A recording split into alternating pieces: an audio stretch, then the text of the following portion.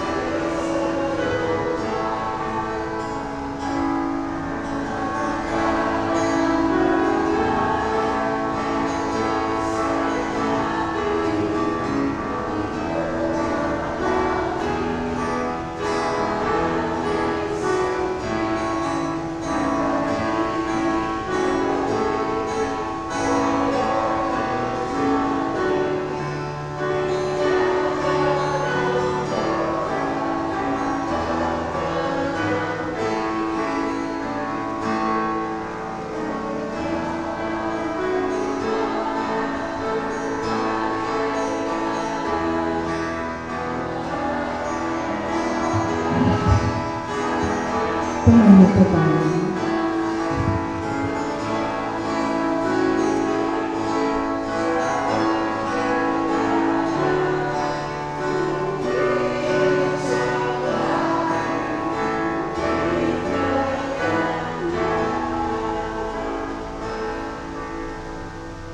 Tayo po ay manalangin. Opo, manalangin na sa langit. Puspos ng kagalakan ng aming puso sapagkat minsan pa nagawa na naman po namin ang pumarito sa iyong bahay panambahan upang makipagdiwang sa nalalapit na iyong pagdating. Ama namin sa langit, naway pumisang ka sa amin sa pamamagitan ng iyong Espiritu Santo at na maramdaman namin muli ang iyong dakilang pag-ibig na siya nagbibigay kalakasan sa amin, pati ang aming pananampalataya, Lord God. Yes, Lord, bless niyo po ang aming mensahero sa araw na ito, sa gabi ito. Naway ang mensahe mo sa amin ngayon ay mapasapuso po namin at nang maipasagawa namin ito bilang isang mananampalataya sa inyo. Salamat po, basbasan niyo po ang aming gawain sa oras na ito at naway maging kaaya-aya sa inyong harapan. Sa pangalan ni Jesus, itong aming dalangin. Amen.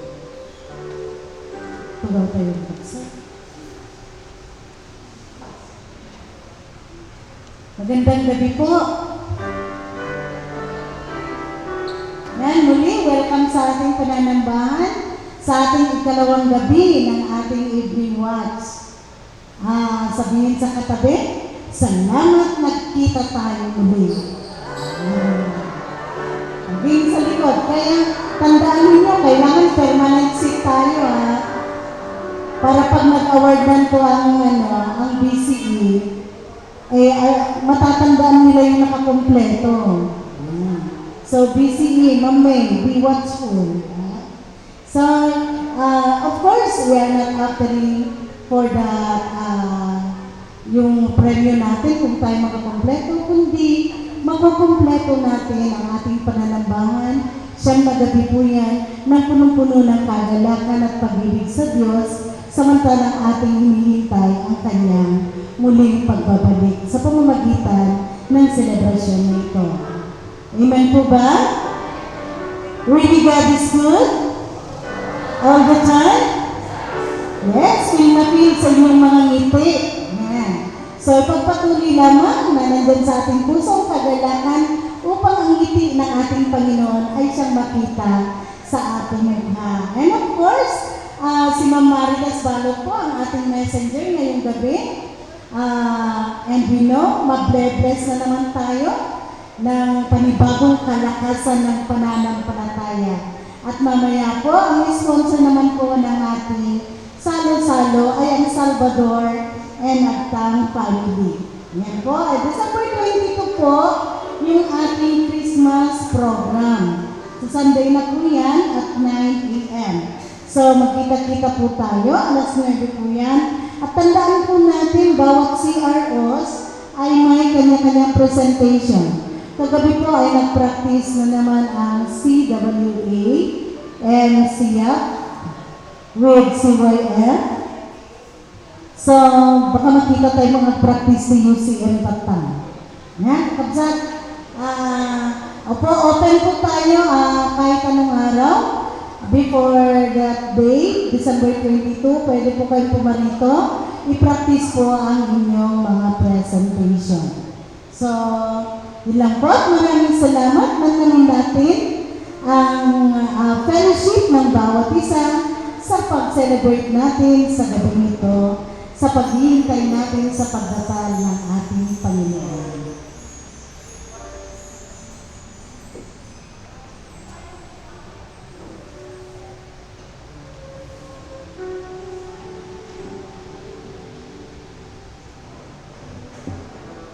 Lucas 4 verse 18, sabi ng Panginoon sa Kristo, "Sumasa akin ang Espiritu ng Panginoon sapagkat hiniran niya ako upang ipangaral sa mga dukha ang mabuting balita. Sinugo niya ako upang ipahayag sa mga bihag na sila'y lalaya at sa mga bulag na sila'y makakakita upang bigyang kaluwagan ang mga sinisigi." Lahat tayo ay pinili ng Diyos upang maging kamay, upang maging tagapagdala ng kanyang mabuting balita. Ngayon ay idulog natin sa ating Panginoon ang lahat ng ating mga kakulangan upang maging mas epektibo pa tayo sa paghahayag ng mabuting balita. Sabihin natin sa Diyos ang ating mga kakulangan sa ating sarili, ang mga hindi natin nagawa para sa ibang tao at gayon, hindi natin nagawa para sa ating Panginoon.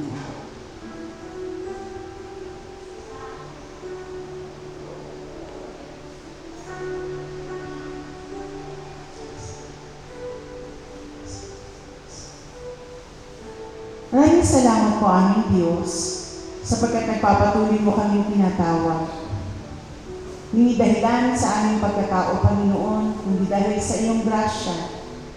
Nung sinabi mo, Panginoon, sa panahong ikaw ay nabuhay dito sa mundo, na sumasa iyo ang Espiritu ng Panginoon sapagkat hinirang ka upang ipangaral sa mga dukha ang mabuting balita. Sa gayon din ay tinatawag mo ang lahat na nananampalataya sa iyo, lahat ng naghihintay sa iyo, maging tagapagdala ng mabuting balita. Maraming salamat sa paglilinis sa aming mga katawan mula ulo hanggang paa, upang sa gayon ay maisugo mo kami at maihayag ang mabuting balita, ang marinig ang mabuting balita mula sa magsasalita, at maging kalasan namin upang sa gayon ay makatulong kami sa mga bulag na makakita at upang bigyang kaluwagan ng mga sinisiig. Pagpapala po, pag-ibig at pagpapatawad ay tinatanggap namin mula sa iyo sapagkat pangako mo naman yun. Gayon na lamang ang pag-ibig mo sa amin at ibinigay mo sa amin ang iyong bugtong na anak. Kung sino mang manampalataya ay hindi mapapahamak kundi magkaroon ng buhay na walang hanggan. Tinataas namin sa iyo, Panginoon, ang aming pagsamba. Ang buong 9 days, O Lord God, hanggang sa iyong pagdating, Panginoon, maaaring sineselebrate namin, Panginoon, ang iyong kaarawan. At maaari din namang ang muli mong pagbabalik, yung second advent, Panginoon. Walang nakakaalam ng mga bagay na ito. Ngunit nais namin ihanda rin ang aming mga puso sa pamamagitan ng pagsama mo sa amin, sa paglilinis mo sa amin, sa pagbabasbas mo sa amin, sa mga ministeryo, Panginoon, na ibinigay mo, Panginoon, sa simbahan ito upang gawin namin. Tinataas namin sa iyo, Lord God, ang Advent and Christmas celebration namin, Panginoon. Ang lahat ng mga magsasalita, O Lord God, ang lahat ng mga nais mo mangyari, sa celebration yun. Thy will be done, O Lord God, Father in heaven. Nais namin lang ay ang gumawa kami kung saan ka gumagawa. Maraming salamat po, O Diyos. Maging mabango sa iyo, Panginoon, sa iyong harapan, ang aming pagsamba, ang aming mga awitin at mga tugtugin, at ang mga kamay ng aking mga kapatid at ang kanilang panalangin ang ginagawa sa mga oras nito. Ito man ay pagpapasalamat, pagpapagaling ng kanilang mga mahal sa buhay na may sakit. Ikaw po yung magpapakita sa kanila ng mga dakilang bagay. Panginoon, ikaw na nga po yung mag-birthday, pero ikaw pa rin yung nagbibigay upang maging kaluwagan ng mga mananampalataya. Tinataas ka namin, pinasasalamatan ka namin. Sa pangalan ng aming Panginoong Jesucristo. Amen.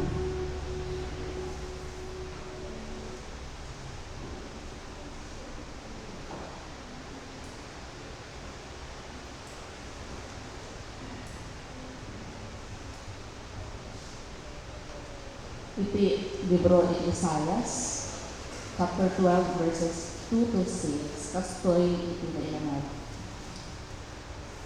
Ang Diyos ang siyang nagliligtas sa akin. Tiwalang-tiwala ako at wala mang bunting pangamba. Sapagkat si Yahweh ang lahat sa akin.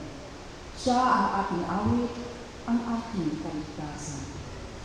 Malugod kayong sasalok ng tubig sa batis ng kaligtasan. Sasabihin nyo sa araw na yon, magpasalamat kayo kay Yahweh. Siya ang inyong tawagan. Ipaalam ninyo sa mga bansa ang kanyang ginawa. Ipahayag ninyo ang kadakilaan ng kanyang pangalan. Umawit kayo ng papuri kay Yahweh, sapagkat kahanga-hanga ang kanyang mga ginawa. Ipahayag ninyo ito sa buong daigdig. Mga anak ng Sion, umawit kayo ng buong galak, sapagkat nasa piling ninyo ang dakila at ang banal ng Israel.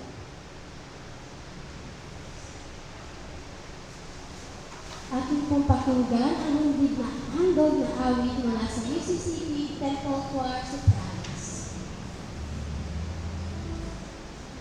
Thank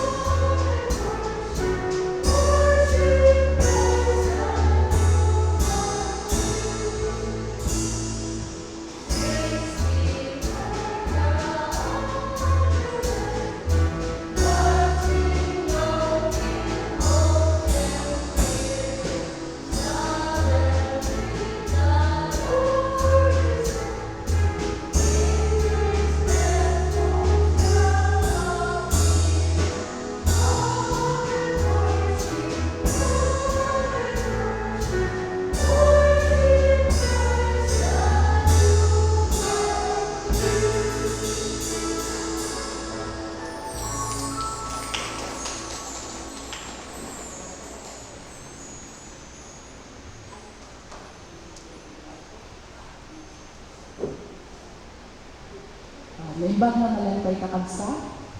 Isiman nyo man nagita kaabay yung. Isang nga narampuhon no, isang nga apagdita.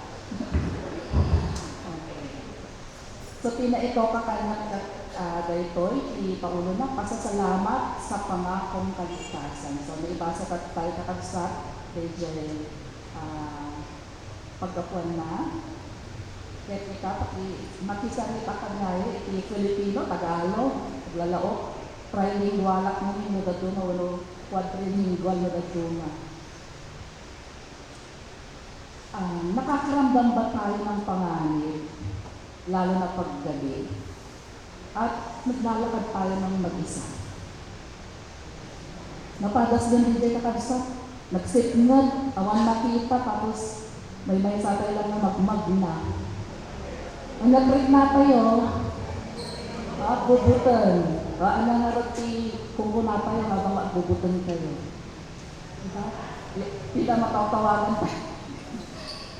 Okay. No may agdaging binan. Keno, bebe, nagsasaro ng bagyo. Kaya makita na marit na tayo, nagpigsa ti amin. Napadasan niyo mo ka din na nagnangabit ti bagyo kakabsa. Nangyani kayo matay. Sino nakapadasin apo ti kasdi? Kamu na matayon. Wala nakarik na ti sakit nga hana maibigturan. Dagiti ti human experiences tayo, ang bubutin tayo na agdagiti gundaway na agdati paspasama na nakabubutin mo na surprising, pero ang pag-surprise sa atin ay hindi nakakatuwa. Napadasan din naman namin nakadati aso apo ay day talaunay pagpag-agpartaray tayo. Day din nagsasarunong na halos sabay-sabay na dagot ng problema. Ito yung mga hindi natin makaligtaan na naramdaman natin, no? Yung may takot, halo-halo ang ating emosyon. Nabubuhay tayo sa panahon mapanganib, mga kapatid. Mabagsik at walang kasiguraduhan kung ano ang mangyayari bukas makalawa. With all these situations, do we feel safe? And if we ever feel that we are in danger, who do we call? Sino po ang tinatawagan natin? Sa lumang tipan ng ating Biblia, partikular sa aklat ni Isaias, naisulat ang propesiya ukol sa darating na tagapagligtas o manunubos. At bakit nga ba kailangan ng manunubos? Ano nga ba ang konteksto o kalagayan ng mundo sa panahon yaon? Kung matatandaan niyo po mga kapatid, tayo o ang tao ay naihiwalay sa Diyos dahil sa pagkakasala. O natatandaan po ba natin yung unang commission of sin? Ito ay nagawa ng unang tao na nilalang ng Diyos. Yung pangyayari kay Eva, nung siya ay matukso sa demonyo. No? At marami pang mga sunod-sunod na pangyayari na kung saan ang tao na pangunahing nilalang ng Diyos ay nailalayo sa Diyos dahil sa kanyang kasalanan. Yun po yung bad news noon. Ang good news, merong manunubos o tagapagligtas na isusugo ang Diyos. Sa kasaysayan ng mga Israelita, paulit-ulit silang nalagay sa panganib. Paulit-ulit din may isinusugo ang Diyos upang sila ay maligtas. Sa aklat ng Exodus, si Moises ang naging instrumento ng Diyos upang mailabas ang mga inaliting Israelita mula sa Ehipto. Maraming propeta ang nagbigay ng propesiya, kalakip ng babala, upang di mapahamak ang mga taong pinili ng Diyos. Paulit-ulit silang nililigtas, kahit paulit-ulit silang nagkakasala. Hindi gusto ng Diyos na mapahamak ang mga minamahal niyang nilalang, na sila ay masadlak sa kasalanan at mapunta sa lawa ng apoy bilang parusa. Kaya ang ginawa niya, isinugo niya ang kanyang kaisa-isang anak. Anong laki ng pag-ibig ng Diyos sa kanyang mga nilalang. O di kat nagasat tayo kakabsat, ay ayatan na tayo ni Apo Diyos. Uray, paulit-ulit tayo ana, agbasbasol.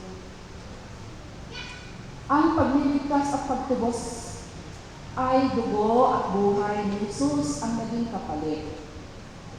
Sa bagong tipan, hindi na lang mga Israelita ang maililigtas, kundi pati tayo na mga Hintil o outsider. Kasi ang Israelita po, mga Israelites, sila po yung chosen people of God talaga, no? Originally in the Old Testament. But eventually in the New Testament, with the coming of Jesus Christ, even us Gentiles would benefit from the salvation. At yun po ay ibinibigay sa atin ng libre. Tandaan po natin, hindi sa gawa tayo ay maliligtas, kundi sa grasya ng Diyos. O diba? Napaka-unconditional ng pag-ibig ng Diyos, napakalaking pagmamahal ang binibigay sa atin. Naniniwala ba kayo mga kapatid na mayroon tayong tagapagligtas? Oh. Sa mga bata, hindi po si hindi po si Batman, si Superman ang ating tagapagligtas. Okay. Ang tanging tagapagligtas natin ay si Jesus. Nasusulat sa unang Juan, kabanata 4, talata 14, nakita namin at pinatotohanan sinugo ng Diyos ang kanyang anak bilang tagapagligtas. Si Jesus lamang ang tanging tagapagligtas, wala nang iba. Sa Gawa, kabanata 2, talata 21, sabi, and everyone who calls on the name of the Lord will be saved. No other name but Jesus. Sa Gawa, kabanata 4, versikulo 12, nasabi rin, kay Kristo lamang matatagpuan ang kaligtasan, sapagkat sa silong ng langit ang kanyang pangalan lamang ang ibinigay ng Diyos sa ikaliligtas ng tao. So, tuwing tayo ay nananalangin kay Yahweh, lagi natin sinasambit na hinihiling natin ito sa ngalan ni Jesus.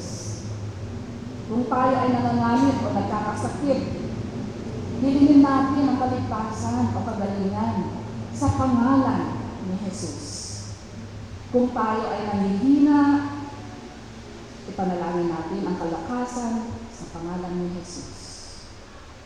Kung tayo'y napapagod at nalulunod na sa problema, ipanalangin natin ang kapahingahan at kapayapaan ng isip sa ngalan ni Jesus.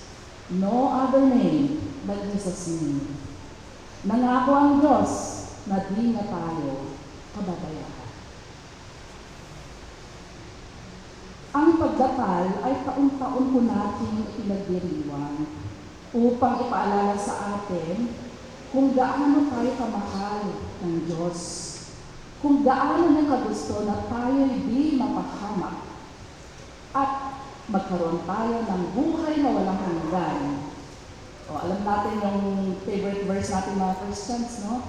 John 3:16. O, ano ito yung matandaan ng tayo? For God that He gave His, and whosoever should not perish but have. Okay. Ang naroon pangilasakan, kanya tayo ni Jesus, ijay basol. Tap may tikasta, kaya't magulod tayo ti agnanayon nga biyan. Nagsimula ang propesiya sa aklat ng Isayas. Nagkaroon ng kaganapan sa milagrosong pagdadalang tao ni Maria, isang simpleng babae na may malinis na puso, na naging instrumento upang maisilang ang sanggol na pinangalanang Jesus, na ang kahulugan mula sa wikang Hebreo, ang Panginoon ang kaligtasan. O, dagdagan pinimig na gani apo Jesus, no? Jesus means ang Panginoon ang kaligtasan. The Lord is our salvation.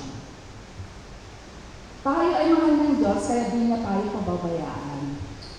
Mula pa noon, di ba, nang unang nilikha ang mga tao, yung una lang naman na tao, si Adam at tapos si Eva. God provided all the provisions, God provided all the protection. So yun yung assurance na right at the very beginning of creation, meron na po yung pangangalaga sa atin. So eventually, habang dumami ang tao, hindi niya tayo pinabayaan na mabulit sa kapamakan. Tayo ay patutuon ng dakilang pagliligtas ng Panginoon. At nakikita natin ito sa buhay natin araw-araw. Mamin-ano tayo nga sumango, iti panubok tibya, kadagipeg-peggad, kakabsat. Yan. Kitain nyo, adda tayo takta dito. Anong tayo na sa onda ito? Ni Apo Diyos, hey, nangisalakan kada tayo, tapos itikasta. At kikita tayo namin dito. Marami tayo dagiti mission tayo itibyan. Tinatawag niya tayo at patuloy niya na minamahal. How precious we are. Maritnayo ka di kakabsat na napatid tayo. Napatid tayo kini Apo Diyos. At ano ang nararapat natin gawin para matugunan ang pagmamahal ng Diyos sa atin? Ang Pasko po ay panahon ng pasasalamat. Salamat! Sa wakas, dumating na ang tagapagligtas. At ang pinakamabuting pagpapakita ng pasasalamat ay ang nabagong buhay natin na nakikita sa kung paano tayo tumanaw ng utang na loob sa Diyos araw-araw. Kaya tayo laging napupuri sa Kanya dahil Siya ang pinanggalingan ng lahat ng meron sa atin. Ang pasasalamat ay sinasabing dapat mahayag sa pamagitan ng ating buhay na patutuo sa mga nagawa ng Diyos sa ating buhay. Ilan po sa atin ang malakas ang loob na maghayag ng testimonya ukol sa nagawa ng Diyos sa buhay niya. Maaring hindi natin ito ginagawa madalas. No? Ilang beses din tayo tumanggi kapag nabibigyan tayo ng pagkakataon na magbigay ng testimonya kung ano ang magawa ng Diyos sa buhay niya. Bilang mananampalataya, bahagi ng buhay natin ang maging matapang sa paghahayag ukol sa kabutihan ng Diyos. Napakaganda ng diwa ng ating basahang teksto mula sa Isayas. Uulitin ko pong basahin. Ang Diyos ang siyang nagliligtas sa atin. Tiwalang-tiwala ako at wala mang munting pangamba. Sapagkat si Yahweh ang lahat sa atin, Siya ang ating awit, ang ating kaligtasan. Malugod kayong sasalok sa tubig, sa batis ng kaligtasan. Sasabihin niyo sa araw na yon, magpasalamat kayo kay Yahweh. Siya ang inyong tawagan.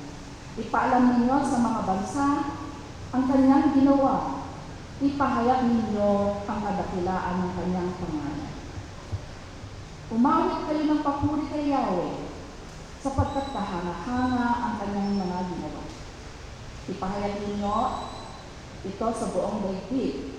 Mga anak ng Sion, umawit kayo ng buong galak, sapagkat nasa piling ninyo ang dakila at ang banal ng Israel. Higit sa pagsasabi ng thank you Lord, praise the Lord o Amen. Sa tuwing tayo ay nakakaligtas sa panganib, Ihayag natin mga kapatid ang pasasalamat sa kadakilaan ng Diyos sa ating pananalangin at pagsamba, sa pag-awit ng papuri, sa pagkukwento ng paulit-ulit sa mga nagawa ng Diyos sa buhay natin, sa pag-aalay ng ating buhay sa kampanin ng iglesia o simbahan, upang mailigtas din ang ating mga kapatid sa kapahamakan, bunga ng kasalanan. Sa pagsunod sa kagustuhan niya, sa pakikipamuhay ng mapayapa, kasama pa ang ibang nilalang niya. Sa pangangalaga ng daigdig na ibinigay na sa atin, we are the great stewards of this earth. And we should be thankful that we are still able to live in this earth. Sa pagiging makulungin at mapagmahal sa kapwa, sa pagiging mabuting tao sa bawat sandali ng ating buhay, hanggang siya ay muling bumalik sa araw ng paghuhukom. Bilang pagbubuod, mga kapatid, tayo ay nagkasala, kaya tayo ay nahiwalay sa Diyos, kailangan natin ng manunubos mula sa ating tiyak na kamatayan. Pumarito ang anak ng Diyos para tayo ay mailigtas. At bilang mga anak ng Diyos na naligtas, nararapat lamang na tayo ay magpasalamat. Bilang pangwakas, akin pong awitin ang bago ng awitin na ito na binago ko po ang ibang level ko nito para umangkot sa ating tema. O pinagpalang katiyakan, Jesus ay aking anong inang, tagapagmanang supling ng Diyos, sa salayin si Jesus. Lagi na awit, gabit araw, sa pagpupuring walang humpay, at ang kay Jesus na pangalan ay walhatiin walang hintay. Pagkakasakot ng lubusan, ating lubos na kagalakan, mga anghel ay naghahatid, bulong ng awa at pag-ibig. Lagi na awit, gabit araw, sa pagpupuring walang humpay, at ang kay Jesus na pangalan ay walhatiin walang hanggan. Pasasalamat ating sandi, buhay ko nawa ay magamit sa paglilingkod sa pag-ibig, buhay ko nawa'y pagpalain. Lagi na awit, gabit araw, sa pagpupuring walang humpay, at ang kay Jesus na pangalan ay walhatiin walang hanggan. Sa Diyos po ang lahat ng kapurihan, ihandog natin ang ating pasasalamat sa Kanya. Magandang gabi po sa inyong lahat.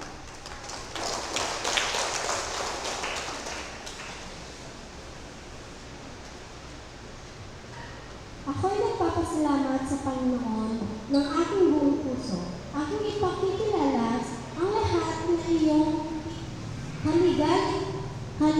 kagilagilalas na mga gawa.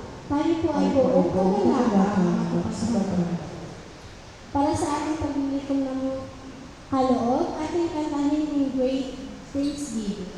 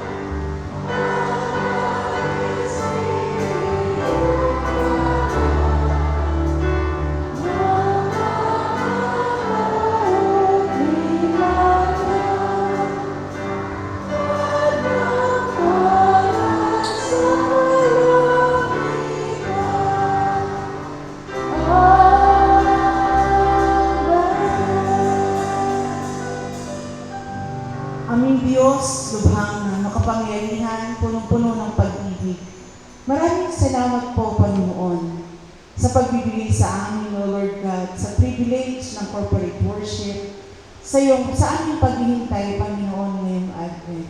Pagpalain mo po, Panginoon, ang lahat ng mga naialay mula sa mga material na bagay na galing sa trabaho ng aking mga kapatid, sa kanilang mga bukiling, sa kanilang mga pag-aari.